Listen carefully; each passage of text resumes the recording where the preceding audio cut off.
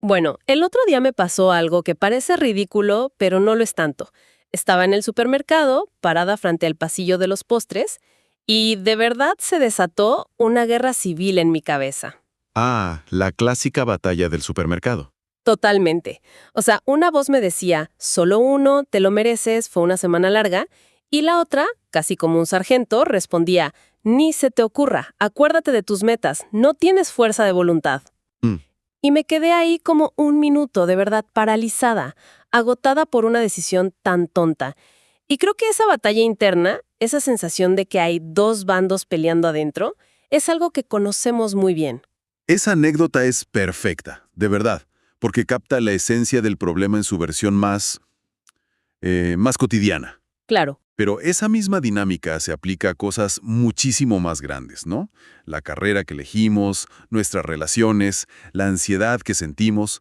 Siempre parece haber una parte de nosotros que avanza y otra que la frena. Una que siente y otra que juzga. totalmente. Y justo por eso, los materiales que tenemos para analizar hoy me parecieron fascinantes.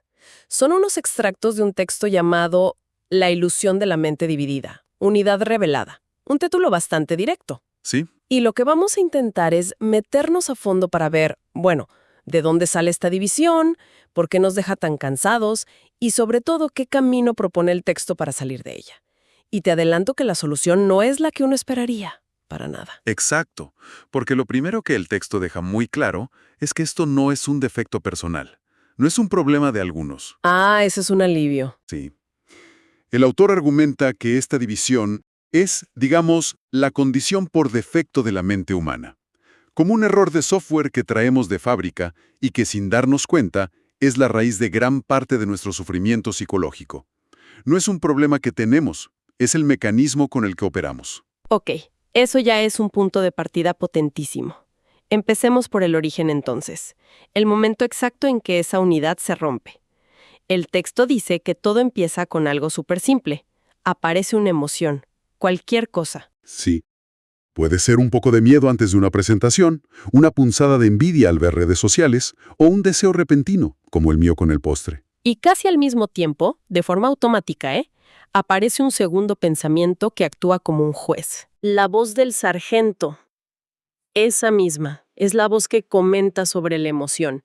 No deberías sentir envidia, eso es de gente mediocre. O ya estás otra vez con tus miedos, tienes que controlarte. O qué débil eres por desear ese dulce.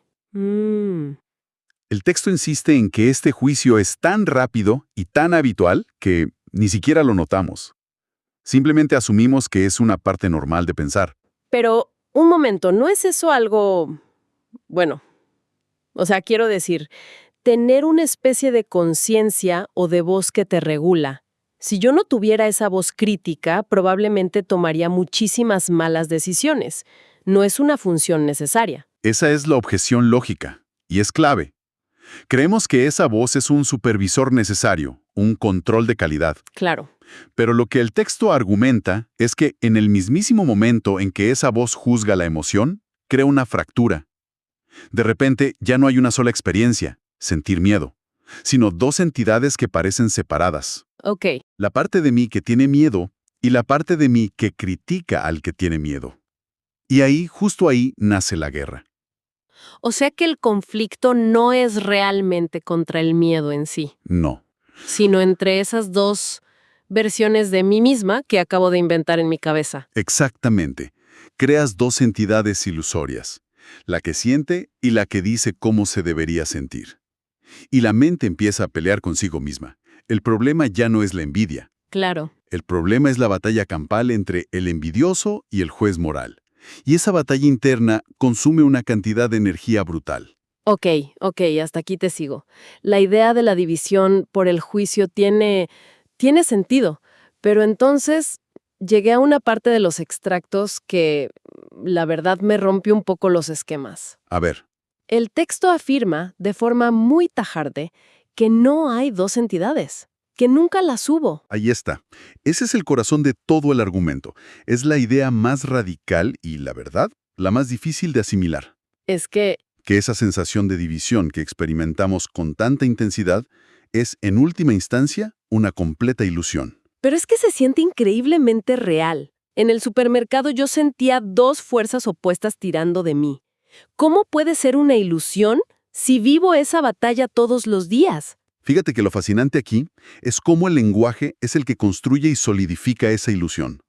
Piénsalo un segundo, ¿cómo hablamos de nuestras experiencias? Mm, Tengo que controlar mi enojo, o estoy luchando contra mi ansiedad, o quiero deshacerme de mi ego. claro. Al usar esa estructura, yo y mi problema, creamos una distancia artificial. Claro, convierto la ansiedad, que es un proceso que está ocurriendo, en un objeto, en una cosa que yo tengo y de la que me quiero librar. Precisamente.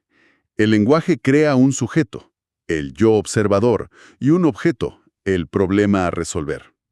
Y así, lo que en realidad es un único movimiento mental, un pensamiento-emoción unificado, se fractura en dos bandos en guerra. ¡Wow! La ilusión es tan convincente porque el propio lenguaje que usamos para pensar sobre ella la refuerza a cada segundo. El pensamiento que critica al miedo y el miedo mismo no son dos cosas distintas. Son, según el texto, la misma energía mental. La misma. La misma. Solo que manifestándose de dos formas que parecen opuestas. Vale. Si aceptamos por un momento esta idea tan extraña de que es una ilusión, ¿qué implicaciones tiene eso para todos los intentos que hacemos por ganar esta guerra interna? Porque le dedicamos mucho tiempo y esfuerzo, ¿eh? La implicación es demoledora. La batalla es imposible de ganar. Y no porque seamos débiles o nos falte disciplina, sino porque la premisa entera es absurda. Estás luchando contra una sombra que tú mismo proyectas. Mm, El texto usa unas comparaciones buenísimas para que quede claro. sí, las leí. Son muy potentes. Dice algo como, la parte que juzga el enojo es la misma energía que produce el enojo. O esta otra, la voluntad que quiere vencer el miedo es el mismo movimiento que fabrica el miedo. No son dos fuerzas en un tira y afloja. Para nada. Es la misma entidad haciendo las dos cosas a la vez, como una mano que intenta ganarle a la otra en fuercitas. Wow, y hay una imagen que me pareció brutal. Es como intentar levantarse del suelo tirando de tu propio pelo. Es que es imposible. El esfuerzo mismo es parte del problema. Exacto. O sea que toda la energía que invierto en reprimir o controlar esa parte mala de mí es inútil. Peor que inútil. Es contraproducente. Porque cada esfuerzo por controlar, por luchar, por reprimir, reafirma la creencia de que hay dos bandos. Claro, alimenta la historia. La lucha misma es lo que mantiene viva la ilusión de la división.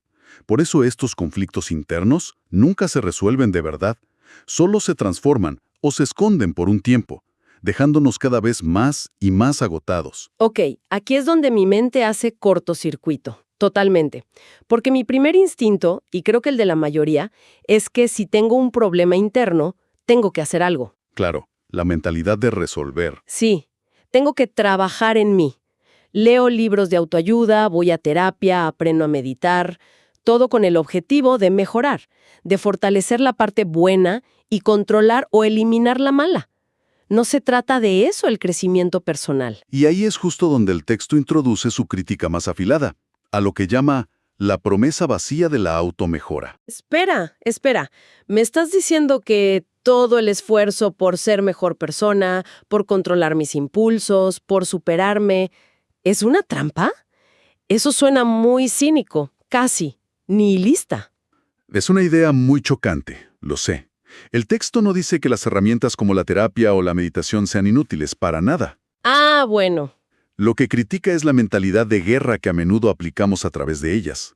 Si seguimos la lógica que venimos desarrollando, cualquier intento de mejorarse que parta de la premisa de la división, La de hay una parte de mí que está mal y tengo que arreglarla. esa misma, pues ese intento es simplemente la misma guerra con un disfraz más sofisticado. A ver, explícame eso mejor. ¿Cómo que un disfraz? El mecanismo es idéntico. Antes tenías al juez criticando al miedoso. Ahora, después de leer un libro, tienes al yo iluminado tratando de sanar al yo herido. Ya. El texto usa unas metáforas geniales para esto. Dice, el juez se disfraza de salvador. El pensamiento se disfraza de sabio. Claro. La estructura de conflicto sigue intacta. Sigue habiendo un yo que se cree superior y que intenta cambiar o arreglar a otro yo que considera inferior.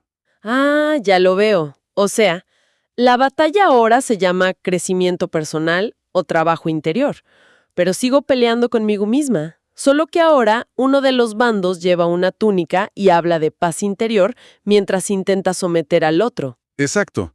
Y por eso, según el texto, muchos de estos caminos de automejora terminan generando más frustración y agotamiento, porque no resuelven la fractura fundamental, solo le cambian el nombre a los ejércitos. Y añades otra capa de juicio, justo.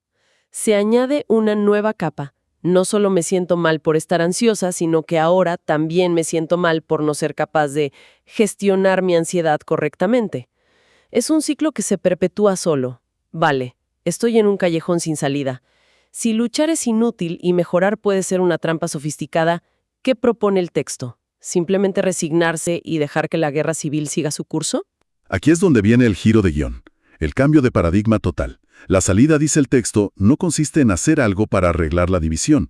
No se trata de encontrar una nueva estrategia para que el bando bueno gane la guerra. Entonces, La salida es, simplemente, ver la división en el momento en que ocurre. ver.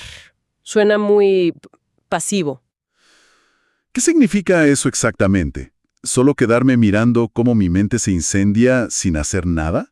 No me parece muy práctico. Es una pregunta fundamental, claro.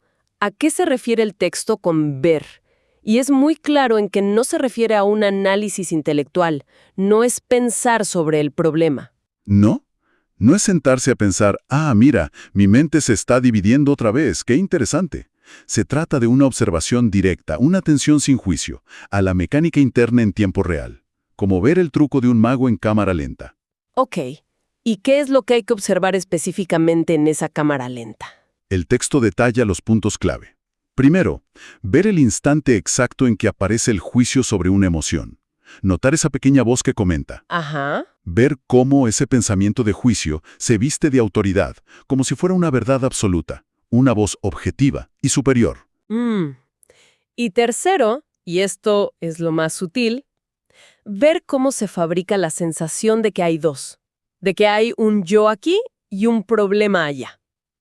Es observar todo el montaje de la obra de teatro sin creerte que los actores son reales. Y la propuesta es que solo con ese acto de ver, sin intentar cambiar nada, sin tomar partido ni por el juez ni por el juzgado, algo sucede. Exactamente. El texto afirma que cuando la ilusión es vista con esa claridad desapegada, pierde su poder. La estructura que sostenía todo el conflicto se deshace por sí sola. ¿Por qué? Porque la guerra solo puede continuar mientras creemos que los dos bandos son reales y que tenemos que elegir uno. En el momento en que ves que es una sola entidad jugando dos papeles, el juego se termina. No hay a quien vencer. Esto nos lleva al final del recorrido. Si dejamos de luchar, si simplemente observamos la maquinaria del conflicto hasta que se detiene por sí sola, ¿qué encontramos? El texto dice algo que me gustó mucho. La paz interior no es un logro. ¿No es una medalla que te dan por haber ganado? Para nada. No es el resultado de una victoria. Es sencillamente lo que queda cuando la ilusión de que había una guerra desaparece. Es el estado natural de la mente cuando deja de pelear consigo misma. Entonces la unidad no es algo que se construye o se alcanza. Exacto. Como dice el título del texto, es algo que se revela. ¿Siempre estuvo ahí? Siempre estuvo ahí, pero estaba completamente cubierta por el ruido ensordecedor del juicio, la crítica y la lucha. El texto describe lo que emerge como silencio. Sí. Pero es muy específico sobre qué tipo de silencio es. No es un silencio forzado, no es el resultado de haber reprimido los pensamientos, tampoco es un yo calmado, como si hubiéramos alcanzado un nuevo y brillante estado del ser. Sí, eso me llamó la atención. No es un nuevo yo mejorado. No, es algo mucho más simple y a la vez más profundo. Es, y esta es la frase con la que cierran los extractos, simplemente la ausencia de guerra. ¡Wow! La paz no es la presencia de algo nuevo y maravilloso, sino la ausencia del conflicto que dábamos por sentado como parte de la vida. Es el espacio que se abre cuando la lucha interna cesa, porque por fin se ha comprendido su naturaleza ilusoria. La verdad es que es un cambio de perspectiva total. Empezamos hablando de una simple pelea interna por un postre y hemos terminado cuestionando la idea misma de mejorarse a uno mismo. Es un viaje, sí. El recorrido ha sido desde entender cómo creamos esa división con un simple juicio, darnos cuenta de que la automejora puede ser una trampa, hasta llegar a esta idea final. La liberación no viene de luchar mejor, sino de dejar de luchar por completo al ver la ilusión por lo que es. Si lo ponemos en perspectiva, lo que el texto propone es un movimiento radical desde el hacer hacia el ver. Toda nuestra cultura está obsesionada con hacer algo con nuestros problemas internos, arreglarlos, gestionarlos, superarlos, optimizarlos. Cierto. Y esta perspectiva nos invita a detener toda esa frenética actividad y en su lugar cultivar una atención muy aguda y honesta hacia cómo se originan esos problemas en primer lugar. Es una propuesta profundamente contracultural. Sin duda.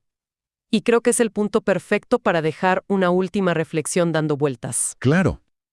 Si el texto afirma que la paz es la ausencia de guerra interna, la pregunta que podríamos dejar en el aire es esta. Si la calma no es algo que se construye, sino lo que queda cuando la lucha cesa. ¿Qué pasaría si por un solo momento, en la próxima batalla interna que surja, en lugar de intentar ganarla, simplemente se observara con curiosidad cómo comienza, sin tomar partido por ninguno de los dos bandos?